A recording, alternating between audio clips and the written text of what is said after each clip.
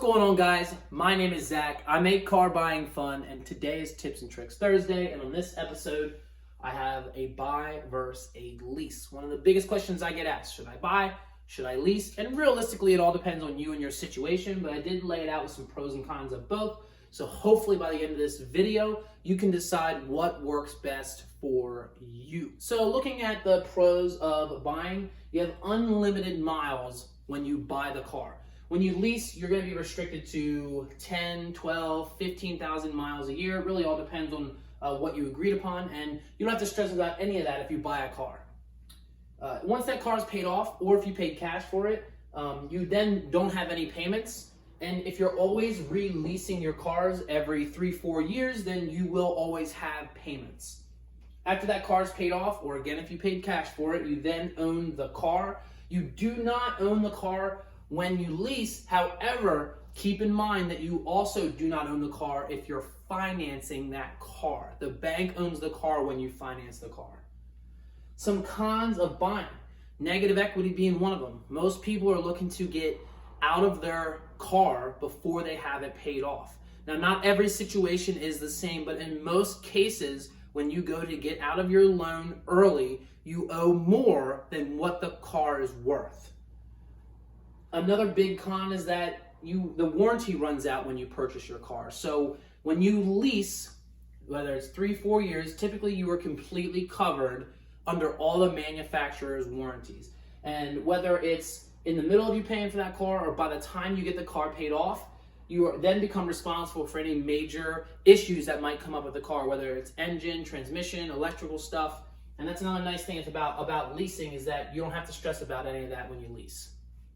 So looking at the lease side of this, some pros and cons. Now, I talked in my last video about a good majority of this, and I went really in depth with it. I'm not going to do that in this video. I'm going to put a link in the description so that way you can check that video out. I am going to talk about the bottom two here because I did add them. One, it's good for negative equity. So if you're doing a 3-year lease and you roll some negative equity into that lease, by the time you pay that lease off, you are free and clear of any negative equity that you might have had. It's also, leasing is also better for your credit. So what I mean by that is, if we're looking at a $30,000 car and we're comparing a buy versus a lease, that full amount is going to show up on your credit when you buy it. Only the payments that you're making will show up when you lease. So if you add those payments up and they ended up being $15,000, only $15,000 would show up on your credit versus the $30,000 that would show up when you went to buy the car. That could be good for people who are looking to buy a house, or someone who doesn't want to show a lot of debt on their credit. Either way, it is a little bit better for your credit when you lease.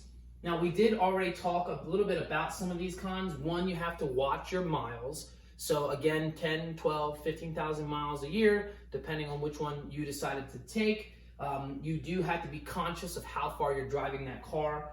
You will always have payments if you're constantly re-leasing cars. One thing to keep in mind though is that even if you have the car paid off and you don't have a payment, but your warranty runs out, you are going to be, if you're putting a lot of money into that car to fix it, even though you don't have a payment, you're still paying on that car. And the biggest one I hear about leasing all the time is that when you lease, you don't own the car, which is true. You do not own the car, but remember, when you finance a car, you don't own that car. The bank owns that car. And one thing that I saw a lot when I looked up a couple videos on buy versus lease, I heard a lot of people say, when you lease a car, you're stuck in that car. And that's really not true. I had a 3-year lease and I got out of it within a year and a half. Now, you are still responsible for the remaining payments of that lease. But typically, if you were to buy and get out of your financed car within a year and a half, you're going to have a lot more negative equity than when you lease. So this is a myth. You can get out of your lease.